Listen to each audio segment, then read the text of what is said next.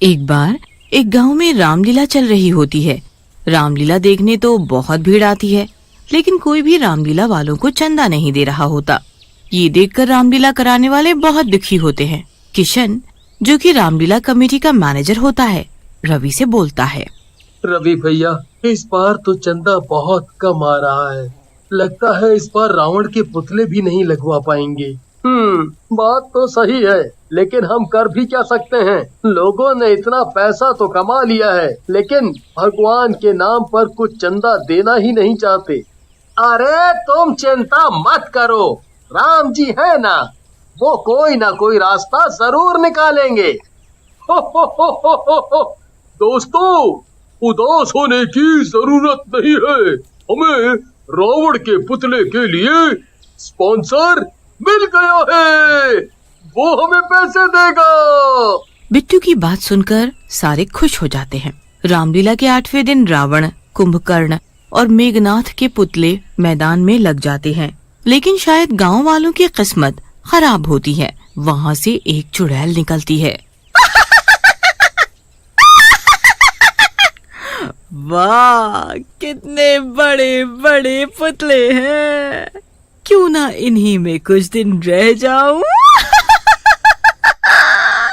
ऐसा कहकर चुड़ैल और उसके 2 शैतान तीनों पुतलों में समा जाते हैं। उनके पुतलों में घुसते ही पुतले जिंदा हो जाते हैं। उनकी आंखें असली की हो जाती हैं और वो बोलने लगते हैं। बड़ा ही मजा आ रहा है, लेकिन मुझे अब भूख लगी है। मैं क्या खाऊं? मेघनाथ, चलो गांव के अंदर चलकर देखते हैं, कुछ न कुछ खाने को जरूर होगा। अरे गजोधर, हम अभी अभी बहुत बड़ा रावण का परछाई देखा हूँ। पुत्तन की बात सुनकर गजोधर हंसता है और बोलता है। बोला था दशहरे में मत पिया कर, हाय पापी, तुझे चढ़ गई है। तुझे रावण दिख रहा है, हाय अभी हनुमान जी भी देखेंगे, तुझे अपनी गदा से ही पीटेंगे। हाय नहीं नहीं गजोदर भैया, मैं सही कह रहा हूँ। मैंने किसी पुतले को देखा है, मेरा तो सारा नशा ही उतर गया। लेकिन गजोधर उसकी बात नहीं मानता और हंसने लगता है। तभी वहाँ रावण, मेघनाथ, कुंभकर्ण के पुतले आ जाते हैं।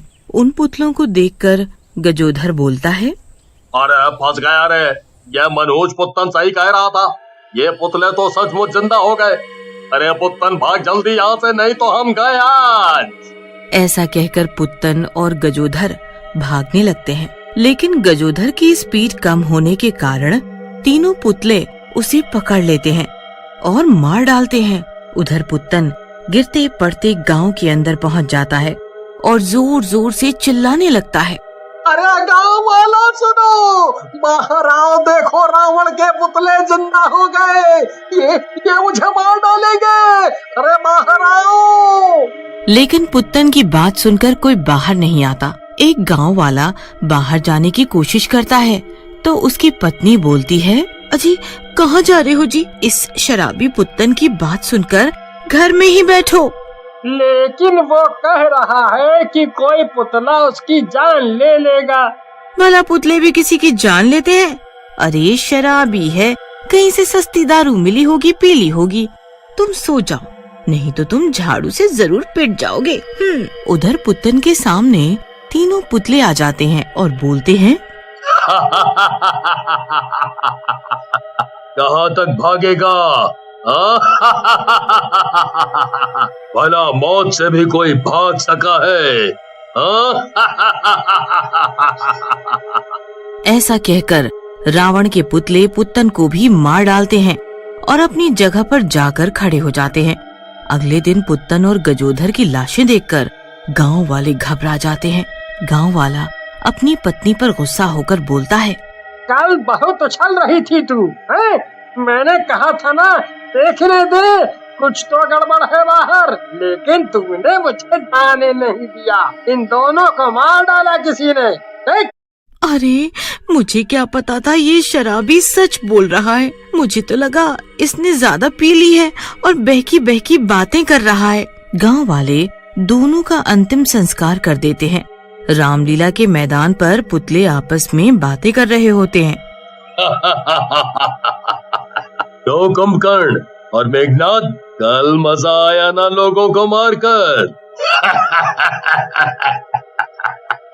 सही कहा भ्राताश्री, सही में मजा आया, मजा। मैं तो असली का कुंभकर्ण महसूस कर रहा हूँ अपने आप को। सही कहा कुंभकर्ण जी, मुझे तो लग रहा है जैसे हम रामलीला के समय में पहुंच गए हों। उन तीनों की बातें वहीं पास में काम कर रहा राजू सुन रहा होता है। वो किशन के पास जाकर बोलता है, किशन भैया, हमको लगता है ये तीनों पुतले जिंदा हैं। आज ये तीनों पुतले बातें कर रहे थे। पुतले पुतले आपस में बातें कर रहे हैं।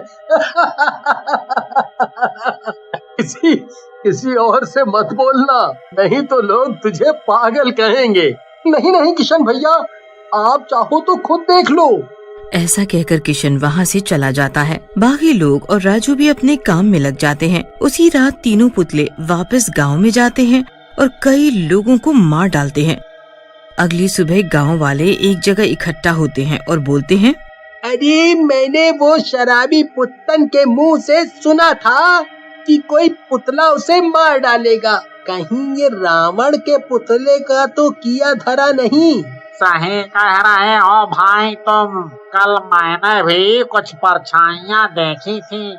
तभी वहाँ सरपंच जी आते हैं और बोलते हैं, अरे तुम चिंता क्यों कर रहे हो?